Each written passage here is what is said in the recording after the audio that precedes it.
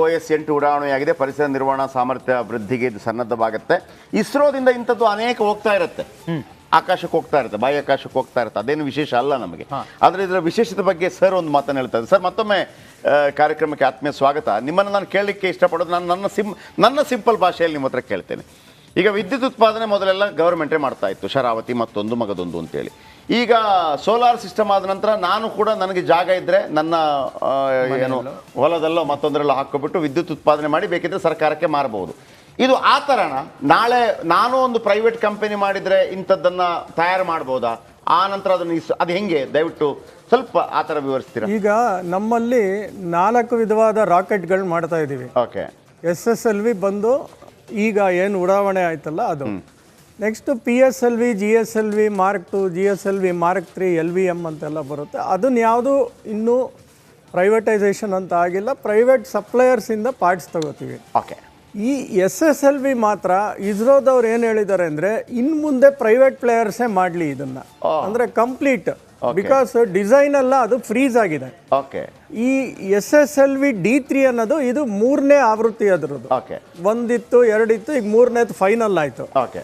So ಈ 3ನೇ ಆವೃತ್ತಿನ design complete ಆಗಿದೆ. ಹತ್ತತ್ರ ಡಿಸೈನ್ಗೆ ಅವರು 190 ಕೋಟಿ ಖರ್ಚು ಮಾಡಿದ್ರು. ಈಗ ರಾಕೆಟ್ ಉತ್ಪಾದನೆ ಮಾಡೋಕ್ಕೆ 30 ರಿಂದ 35 ಕೋಟಿ ಆಗುತ್ತೆ. ಓಕೆ. ಸೊ ಇದನ್ನ ಒಂದು 20 ಜನ ಪ್ಲೇಯರ್ಸ್ ಆಗಲೇ ಅಪ್ಲೈ ಮಾಡಿದಾರೆ, ನಾವು ಮಾಡಿಕೊಡ್ತೀವಿ ಅಂತ. ಅವ್ರು ಮಾಡ್ಕೊಡಕ್ಕೆ ಕೆಲವು ಮಾನದಂಡಗಳನ್ನ ಫಿಕ್ಸ್ ಮಾಡಿದ್ದಾರೆ. ಸೊ ಇನ್ನು ಮುಂದೆ ಈ ರಾಕೆಟ್ ಏನು ಮಾಡ್ತಾರೆ ಅಂದರೆ, ಪ್ರೈವೇಟ್ ಅವ್ರು ಮ್ಯಾನುಫ್ಯಾಕ್ಚರಿಂಗ್ ಸ್ಟಾರ್ಟ್ ಮಾಡ್ತಾರೆ. ಈ ರಾಕೆಟ್ ವಿಶೇಷತೆ ಏನಂದ್ರೆ 72 ಅವರ್ಸಲ್ಲಿ ಇದನ್ನು ಜೋಡಿಸ್ಬಿಟ್ಟು ಉಡಾವಣೆ ಮಾಡ್ಬೋದು. ಓಕೆ. ಓಕೆ. 72 ಅವರ್ ಅಷ್ಟೇ ಸಾಕು. ನೀವೆಲ್ಲ ಈ ಮಾಡ್ಯೂಲ್ಸ್ ಫಿಕ್ಸ್ ಮಾಡಿ ರೆಡಿ ಮಾಡಿ ಇಟ್ಕೊಂಡ್ರೆ, ನಾಳೆ ಯಾರೋ ಬೇರೆ ದೇಶದವ್ರು ಬಂದು ಒಂದು 50 ರಾಕೆಟ್, ಒಂದು 50 ಸ್ಯಾಟಿಲೈಟ್ ಕಳಿಸ್ಬೇಕು ಈ ಬ್ರಾಡ್ಕಾಸ್ಟಿಂಗ್ಗೋ ಇಲ್ಲ ಟಿವಿಗೋ ಇಲ್ಲ ಮತ್ತೊಂದು ವೆದರ್ಗೋ. ಈ ಫರ್ನಿಚರ್ ಬಂದು ಸೆಟ್ ಮಾಡ್ತಾರಲ್ಲ ಆ ಥರ 72 ಅವರ್ಸ್ ಅಲ್ಲಿ ಬರ್ತಾರೆ. ಹೆಂಗ್ ಸೆಟ್ ಮಾಡಿ ಆ ಸ್ಕೂಟ್ರ್ ನಾವೆಲ್ಲ ಅಂದ್ಕೊಂಡು ಸ್ಕ್ರೂ ಡ್ರೈವರ್ ಹಿಂಗೆ ತಿರುಗಿಸ್ತಾರೆ ಅಂತ, ಈ ಮಿಷನ್ ಕುಟ್ರು ಒಂದೇ ಸಲಕ್ಕೆ ಕಂಪ್ಲೀಟ್ ಆಗ್ಬಿಡುತ್ತೆ. ಆ ಥರ ಅಲ್ವಾ ಸರ್ ಇನ್ನು ಮುಂದೆ ಆ ಥರ? ಈ ಒಂದು ರಾಕೆಟ್ ನಾನು ಹೇಳ್ತಾ ಇರೋದು ಸ್ಮಾಲ್ ಸ್ಯಾಟಿಲೈಟ್, ಗೊತ್ತಾಯ್ತು ಲಾಂಚ್ ವೆಹಿಕಲ್ಸ್ ಇದೆಯಲ್ಲ, ಇದನ್ನ ಈ ಥರ ಮಾಡಬೇಕು ಅಂತ ಮಾಡಿದ್ದಾರೆ. ಇದರಿಂದ ಏನಪ್ಪ ಅಂದರೆ, ನಮ್ಮ ಒಂದು ಬಾಹ್ಯಾಕಾಶದ ಎಕನಾಮಿ ನಾವೇನು ಸೇಲ್ಸ್ ಅಂದ್ಕೊಂಡಿದ್ದೀವೋ, ಈಗ ಇಷ್ಟು ದಿವಸ ನಾವು ಡಿಪೆಂಡ್ ಆಗ್ತಿದ್ದು ಸ್ಟಾರ್ ಎಕ್ಸ್ ಮೇಲೆ. ಇಲ್ಲ, ಈಗ ಸ್ಟಾರ್ ಎಕ್ಸ್ ಅವ್ರು ಯುಕ್ರೇನಲ್ಲಿ ಒಂದು ಯುದ್ಧ ಆಯಿತು. ಈಗ ಯುಕ್ರೇನ್ಗೆ ಇಂಟರ್ನೆಟ್ ಬೇಕಿತ್ತು. ಅವಾಗ ಏನು ಮಾಡಿದ್ರು, ಒಂದು 50-100 ಸ್ಯಾಟಿಲೈಟ್ ಇಮಿಡಿಯೇಟ್ ಲಾಂಚ್ ಮಾಡಿ ಅಲ್ಲಿ ಇಂಟರ್ನೆಟ್ ಕೊಡೋಕೆ ಶುರು ಮಾಡಿದ್ರು ಫಾಸ್ಟಾಗಿ. ಈಗ ಏರ್ಟೆಲ್ ಅವರು ಅದೇ ಥರನೇ ಹಾಗೆ ಮಾಡ್ತಾರೆ. ಸಡನ್ ಒಂದು 50. ಇದು ಹೋಗೋದು ಲೋ ಅರ್ತ್ ಆರ್ಬಿಟಿಗೆ ಮಾತ್ರ. ಲೋ ಅರ್ತ್ ಆರ್ಬಿಟ್ ಅಂದರೆ ಮ್ಯಾಕ್ಸಿಮಮ್ 500 ಕಿಲೋಮೀಟರ್ ಮೇಲೆ. 500 ಕಿಲೋಮೀಟರ್ ಮೇಲೇ ನಮಗೆ ಈ ಕಮ್ಯುನಿಕೇಷನ್ ಸ್ಯಾಟಿಲೈಟ್ ಆಗಲಿ, ವೆದರ್ ಮಾನಿಟರಿಂಗ್ ಸ್ಯಾಟಿಲೈಟ್ ಆಗಲಿ, ಕೆಲವು ಸ್ಪೈಸ್ ಸ್ಯಾಟಿಲೈಟ್ಸ್ ಆಗಲಿ, ಇಂಥವೆಲ್ಲ ಬೇಕಾಗಿರೋದೇ low earth orbit. Okay sir, ನಾನು ಮಾತಾಡ್ತೀನಿ ನಿಮ್ಮನ್ನ. ಒಂದು ಪುಟ್ಟ ಬ್ರೇಕ್ನ ಸಮಯವಾಗಿದೆ. ಬಾಹ್ಯಾಕಾಶ ತಜ್ಞರು ಮತ್ತೊಮ್ಮೆ ನಮ್ಮ ಜೊತೆ ಜಾಯ್ನ್ ಆಗಿದ್ದಾರೆ. ಕೆಲವೇ ಕ್ಷಣಗಳಲ್ಲಿ ಅಂತ ನಾವು ಹೇಳಿದ್ವಿ, ಆಲ್ರೆಡಿ ಉಡಾವಣೆ ಶುರುವಾಗಿದೆ. ಬೆಳಗ್ಗೆ 9:17ಕ್ಕೆ SSLV D3 ರಾಕೆಟ್ ಪರಿಸರ ನಿರ್ವಹಣಾ ಸಾಮರ್ಥ್ಯ ವೃದ್ಧಿಗೆ ಸನ್ನದ್ಧ. ಸರ್, ಇದು ಏನು ಯೂಸಿಗೆ ಬರುತ್ತೆ ನಮಗೆ? ಇದು ಮೇನ್ಲಿ ಇದು ಅರ್ತ್ ಅಬ್ಸರ್ವೇಷನ್ ಸ್ಯಾಟಿಲೈಟ್, EOS ಅಂದರೆ ಅರ್ತ್ ಅಬ್ಸರ್ವೇಷನ್ ಸ್ಯಾಟಿಲೈಟ್ ಅಂತ. ಇದೇನು ಮಾಡ್ತಿದೆ, 3 ಪೇಲೋಡ್ ತಗೊಂಡೋಗ್ತಾ ಇದೆ. 3 ಪೇಲೋಡ್ ಅಂದರೆ ಅಲ್ಲಿಂದ ಏನು ಕಾರ್ಯ, 3 ಇನ್ಸ್ಟ್ರೂಮೆಂಟ್ ತಗೊಂಡೋಗ್ತಾ ಇದೆ ಸ್ಯಾಟಿಲೈಟ್. ಏನಪ್ಪ 3 ಇನ್ಸ್ಟ್ರೂಮೆಂಟ್ ಅಂದರೆ, ಒಂದು ಈ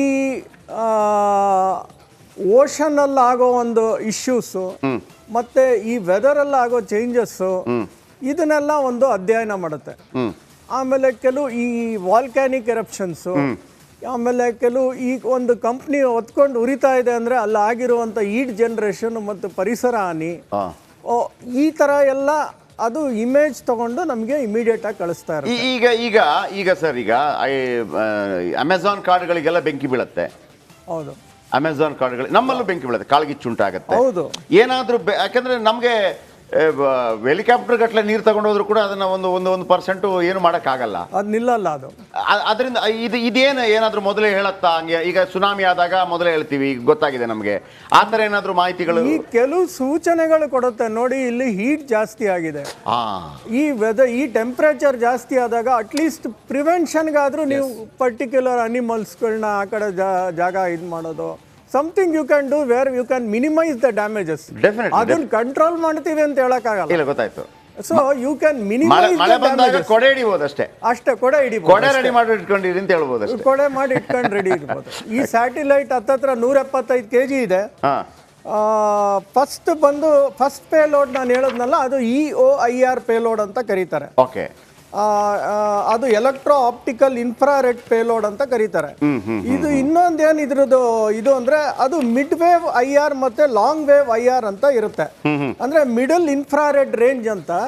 ಅದು ಏನಪ್ಪಾ ಅಂದ್ರೆ ಈವನ್ ಡಾರ್ಕ್ ಅಲ್ಲಿ ಇದ್ರೂ it can go and detect middle wave range ಅಲ್ಲಿ. ಲೋ ರೇಂಜ್ ಅಲ್ಲಿ ಏನಾಗುತ್ತೆ ಅಂದ್ರೆ ಸ್ವಲ್ಪ ದೂರ ಇದ್ರೂ ನೀವು you can detect what is going on. ಇದರ ಮಿಡ್ಲಲ್ಲಿ ಮತ್ತೆ ಬ್ರೇಕ್ ಮಾಡ್ತಾ ಇದ್ದೀನಿ ಸರ್, ಯಾಕಂದ್ರೆ ನೀವು ಬಾಹ್ಯಾಕಾಶ ತಜ್ಞರು, ನಿಮ್ಮ ಲ್ಯಾಂಗ್ವೇಜ್ ಅಲ್ಲೇ ನೀವು ಮಾತಾಡ್ತೀರಿ, ನಾನು ಸ್ವಲ್ಪ ನಾನು ನನ್ನ ಲ್ಯಾಂಗ್ವೇಜ್ ಅಲ್ಲಿ ಮಾತಾಡಬೇಕಾಗತ್ತೆ. ಈಗ ವಯನಾಡಲ್ಲಿ ದುರಂತ ಸಂಭವಿಸ್ತು. ಹೌದು, ವಯನಾಡ್ನಲ್ಲಿ. ಒಂದು ವೇಳೆ ನಮಗೆ ಇದು ಸ್ಯಾಟಲೈಟ್ ಮೊದಲೇ ಇದ್ದಿದ್ರೆ ಇಲ್ಲಿ ಹಿಂಗ ಆಗತ್ತಪ್ಪ ಅನ್ನೋಂಥ ಮಾಹಿತಿ ಸಿಕ್ತಿತ್ತಾ, ಅಥವಾ ಬಿ ಅಲರ್ಟ್ ಅನ್ನೋಂಥ ಮಾಹಿತಿ ಸಿಕ್ತಿತ್ತಾ? ನೋಡಿ, ವಯನಾಡಲ್ಲಿ ಡೆಲ್ಲಿ ಅವ್ರು ಈಗಲೂ ವಾದ ಮಾಡ್ತಾ ಇದ್ದಾರೆ, ನಾವು ಕೊಟ್ಟಿದ್ವಿ ಇಮೇಜಸ್ ಅವ್ರಿಗೆ, ಈ ತರ ಸೂಚನೆ ಕೊಟ್ಟಿದ್ವಿ ಇದು ಆಗತ್ತೆ ಅಂತ. ಓಕೆ, ಬಟ್ ಅವರು ಕೇರಳದವರು ಅದನ್ನ ಸ್ಟ್ರಿಕ್ಟ್ ಆಗಿ ತಗೊಳ್ಳಿಲ್ಲ ಅದನ್ನ. ನಮ್ಮ ಮಾಹಿತಿ ಇಲ್ಲ, ಅದರಲ್ಲಿ ಎರಡಿದೆ ಸರ್, ಅದರಲ್ಲಿ ಎರಡು ವಾದ ಇದೆ. ಡೆಲ್ಲಿ ಮೂಲಗಳು ಹೇಳೋದು ಏನಂತಂದ್ರೆ, ಇವನ್ ಹೋಮ್ ಮಿನಿಸ್ಟರ್ ಕೂಡ ಹೇಳೋದು ನಾವು ಮಾಹಿತಿ ಕೊಟ್ಟಿದ್ವಿ ಅಂತೇಳಿ. ಕೇರಳ ಹೇಳೋದು ನೀವು ಮಳೆ ಬರುತ್ತೆ ಅಂತ ಹೇಳಿದ್ರಿ, ಹಿಂಗಾಗತ್ತೆ ಅಂತ ಹೇಳಿರ್ಲಿಲ್ಲ ಅಂತ. ಇರ್ಲಿ, ಅದು ಚರ್ಚೆಗಳು ಯಾವುದೇ ಇರಲಿ. ಬಟ್ ಮಾಹಿತಿ ಎಲ್ಲರೂ ಸಿಕ್ಕಿರುತ್ತೆ ಅವ್ರಿಗೆ. ಅಂದ್ರೆ ಇಷ್ಟು ಮಳೆ ಬರುತ್ತೆ, ಐ ಕೆನಾಟ್ ಸೇ 100% ಇದು ಈ ಬೆಟ್ಟನೇ ಹಿಂಗಾಗತ್ತೆ, ಇದನ್ನೇ ಇದಾಗತ್ತೆ, ಈ ಸಾಯಿಲ್ ಲೆವೆಲ್ ತುಂಬಾ ವೀಕ್ ಇದೆ, ಪ್ರಾಬಬ್ಲಿ ಆ ಮಟ್ಟಕ್ಕೆ ಇನ್ನು ಹೋಗದೆ ಇರ್ಬೋದು. ಬಟ್ ಅಟ್ಲೀಸ್ಟ್ ಸೂಚನೆ ಅಂತೂ ಕೊಟ್ಟಿರುತ್ತೆ. There will be lot of disturbance ಇದೆ.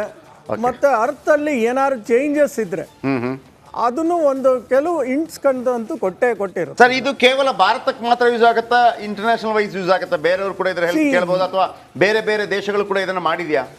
ಬೇಕಾದಷ್ಟು ದೇಶಗಳು ಇದನ್ನ ಮಾಡಿದಾವೆ. ಬಟ್ ಸ್ಯಾಟಿಲೈಟ್ ಅನ್ನೋದು it is for humanity. Satellite is always the department of space is for humanity. It is not restricted to one particular country. ಗೊತ್ತಾಯ್ತಾ? ಸೊ ಅಲ್ಲಿ ಏನೇ ಮಾಹಿತಿ ಬಂದ್ರು ಎಲ್ಲಾ ದೇಶಗಳ ಹೆಲ್ಪ್ ನಿಮ್ಗೆ ಬೇಕಾಗತ್ತೆ. ಆ ಡೇಟಾ ಜನರೇಟ್ ಆಗಿರೋದನ್ನ ಸಂಸ್ಕರಣೆ ಮಾಡೋದು. ಕೆಲವು ಕಡೆ ಏನಾಗುತ್ತೆ ಅಂದ್ರೆ ಸ್ಯಾಟಿಲೈಟ್ ಅವ್ರ ದೇಶದ ಕಡೆ ಹತ್ರ ಇರುತ್ತೆ, ಸೊ ಅವ್ರು ಕ್ಯಾಚ್ ಮಾಡ್ಕೋತಾರೆ. ಆ ಲೋ ಅರ್ತ್ ಆರ್ಬಿಟ್ ಅಲ್ಲಿ 90 ನಿಮಿಷಕ್ಕೆ ಒಂದು ರೌಂಡ್ ಹೊಡಿಯುತ್ತೆ, ಸುತ್ತ ಹೊಡಿಯುತ್ತೆ ಭೂಮಿನ. ಸೊ 90 ನಿಮಿಷಕ್ಕೆ ಭೂಮಿನ ಸುತ್ತ ಹೊಡಿಯುತ್ತೆ 1.5 ಗಂಟೆಯಲ್ಲಿ.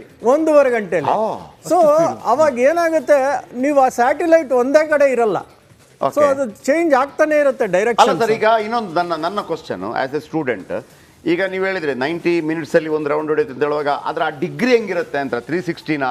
ಈಗ ಫಾರ್ ಎಕ್ಸಾಂಪಲ್ ನಮಗೆ ಭೂಮಿ ಒಂಥರ ಗೋಳಾಕಾರದಲ್ಲಿದೆ, ಮೇಲ್ಭಾಗದದ್ದು ಸಿಕ್ಕಿಲ್ಲ ಅಂತಂದ್ರೆ ಕೆಳಭಾಗದಲ್ಲಿ ಏನಾದರೂ ಆಗ್ತಾ ಇದ್ರೆ ಆ ನನ್ನ ಒಂದು ಮುಗ್ಧ ಪ್ರಶ್ನೆಗೆ ಉತ್ತರ. ಅದರಲ್ಲಿ ಡಿಫ್ರೆಂಟ್ ಟೈಪ್ಸ್ ಆಫ್ ಆರ್ಬಿಟ್ ಇದೆ.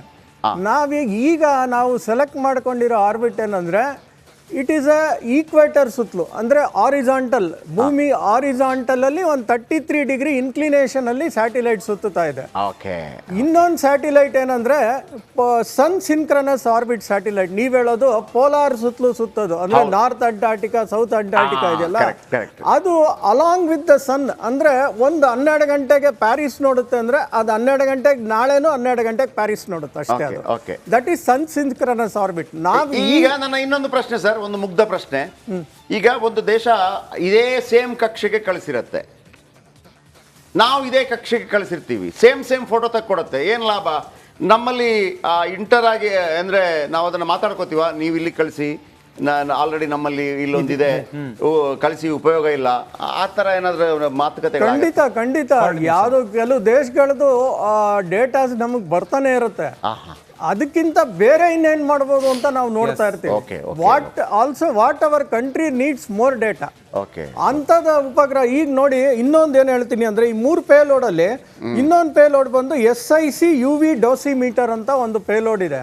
ಅದು ಏನಂದ್ರೆ ಎಷ್ಟು ಗಾಮಾ ರೇಸ್ ಆ 500 ಕಿಲೋಮೀಟರ್ ಅಲ್ಲಿ ಬರ್ತಾ ಇದೆ, ಅದು ಮನುಷ್ಯನ ಮೇಲೆ ಯಾವ ತರ ಪರಿಣಾಮ ಬೀಳ್ಬೋದು ಅಂತಾನು ಸ್ಟಡಿ ಮಾಡ್ತೀವಿ. ಈ ಸ್ಟಡಿಯಿಂದ ಏನಾಗುತ್ತೆ ಅಂದ್ರೆ, ಮುಂದೆ ನೀವು ಗಗನಯಾನ್ ಮಿಷಿನ್ ಕಳಿಸ್ತಾ ಇದ್ದೀರಾ, ಅಲ್ಲಿ ಅಸ್ಟ್ರೋನಾಟ್ಸ್ ಒಂದು 3 ಜನನ್ ಕಳಿಸ್ತಾ ಇದ್ದೀರಾ, ಅವ್ರ ಮೇಲೆ ಎಷ್ಟು ಗಾಮಾ ರೇಸ್ ಬರುತ್ತೆ, ಅವ್ರ ಬಾಡಿನ ಯಾವ ತರ ನಾವು ಪ್ರೊಟೆಕ್ಟ್ ಮಾಡಬೇಕು. ಸೊ ಈ ತರ ಎಲ್ಲ ಸ್ಟಡೀಸ್ಗಳು ನಡೀತಾ ಇರ್ತವೆ. ತುಂಬಾ ಚೆನ್ನಾಗಿ ಹೇಳಿದ್ರಿ ಸರ್. ಒಂಥರ ನೀವು ಪಾಠ ಮಾಡ್ತಾ ಇದ್ರೆ ನಮಗೆ ವಾಪಸ್ ಹೋಗ್ಬಿಟ್ಟು ಬಾಹ್ಯಾಕಾಶ ವಿಜ್ಞಾನಿಗಳಾಗೋಣ ಅಂತ ಆಸೆ ಆಗ್ತಾ ಇದೆ. ಥ್ಯಾಂಕ್ ಯು ವೆರಿ ಮಚ್ ನಮ್ಮ ಜೊತೆ ಮಾತನಾಡೋದಕ್ಕಾಗಿ. ನೋಡಿ ಎಷ್ಟು ಅದ್ಭುತವಾಗಿ ಹೇಳಿದ್ರು. Thank you sir, thank you ನಮ್ಮ ಜೊತೆ. ಆಮೇಲೆ ಅವ್ರು ಏನು ಹೇಳಿದ್ರು ಗೊತ್ತಾ, ಈಗ ಒಂದು ದೇಶ ಮತ್ತೊಂದು ದೇಶದ ಜೊತೆ ಮಾತಾಡುತ್ತೆ, ಕಕ್ಷೆ ಹೋಗ್ಬೇಕು, ನೀವು ಹೋಗ್ಬೇಡಿ, ಹೋಗ್ಬಾರ್ದು ಅಂತ ಅಂದ್ಬಿಟ್ಟು. ನಮ್ಮ ದೇಶದ ಪರಿಸ್ಥಿತಿ ಹೆಂಗಾಗಿದೆ ಹೇಳಿ? ಕಾಂಗ್ರೆಸ್ವನ್ನು ಬಿಜೆಪಿ ಜೊತೆ ಮಾತಾಡೋದಿಲ್ಲ, ಬಿಜೆಪಿಯನ್ನು ಕಾಂಗ್ರೆಸ್ ಜೊತೆ ಮಾತಾಡೋದಿಲ್ಲ, ಅವರು ಇಂಟರ್ನ್ಯಾಷನಲ್ ಮಟ್ಟದಲ್ಲಿ ಮಾತಾಡ್ತಾರೆ. Anyway move on. ಎಸ್, ಮುಂದಿನ